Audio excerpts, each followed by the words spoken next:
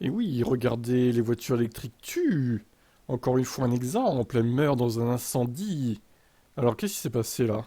Philippe était chez lui lorsque la voiture électrique est allée s'encastrer dans le platane. Ça s'est passé à peu près à 300 mètres au niveau de la courbe au bout de la route. Une tragédie qu'il n'est pas prêt d'oublier. Il y avait une voiture en feu, beaucoup de fumée et quelques minutes après on a entendu des explosions. Des explosions également entendues par Jean-Marie dans son champ. C'est une bombe, ça pète quoi. Ça peut tarder énormément. Hein. Ces incendies de voitures électriques sont la hantise des secours lorsqu'ils arrivent sur place, car ils sont très Non mais difficiles à attendez, là, par maîtriser. contre, la Entendu route, par mais Jean-Marie elle est dans juste, son champ, sont la hantise des c'est quoi ces routes aussi là? Mais c'est super dangereux quoi. Oh là là, il y a même pas de rail de sécurité, rien. secours lorsqu'ils Oh, arrivent si, sur ça place, me- car ils sont très difficiles à maîtriser.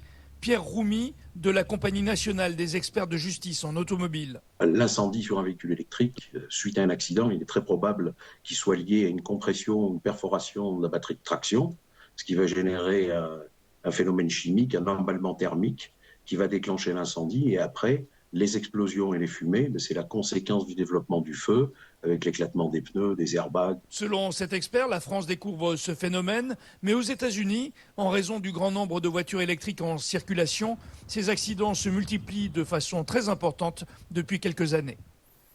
Qu'est-ce qu'il raconte lui? Il balance ça, il a aucun chiffre à donner. Ok, très bien. Donc c'était à Velmure-sur-Tarn en Haute-Garonne.